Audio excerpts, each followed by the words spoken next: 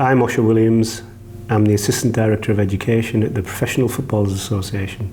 I started my career in football at the age of 16. The hip problems began to manifest themselves about 10 years ago. But having been a professional footballer, you kind of get used to having little niggles and strains and aches and pains. But the sort of sustained groin and hip stiffness just gradually got worse and worse. I had to seek some professional help. Before both the hip operations, I'd been fairly debilitated just by the constant pain and lack of mobility that the condition was creating. I had my first hip operation in November 2017. I'd been for a consultation with Professor Max Feely. He'd explained to me the deterioration in my hip and the surrounding area. Explained the options. Probably the best of those options was a total hip replacement. It was a successful procedure, but unfortunately I became more aware of similar discomforts, similar problems that were manifesting themselves in my other hip. We went through the same procedure. Again, we came to the conclusion that it was probably going to need a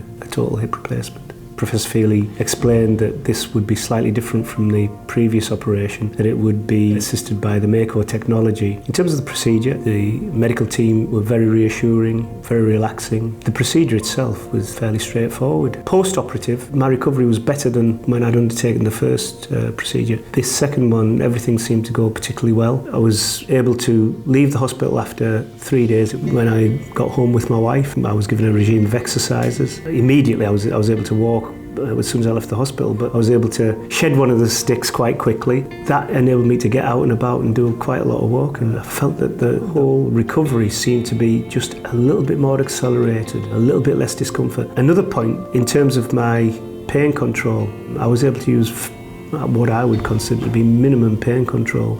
The less pain you have, the more exercise you're able to do. We're talking 4 months after the operation. I'm doing everything that I was able to do before the operation without the pain, the discomfort, the kind of distress that the condition was creating. Simple things like getting in and out of a car made a significant difference. I'm able to participate in the regular activities, trying to keep myself active, trying to keep myself fit. That all adds to your quality of life. I'd certainly recommend the MAKO procedure to anybody who needed a hip or a knee replacement. The MAKO procedure that I went through at the Spire Hospital in Manchester was really transformative.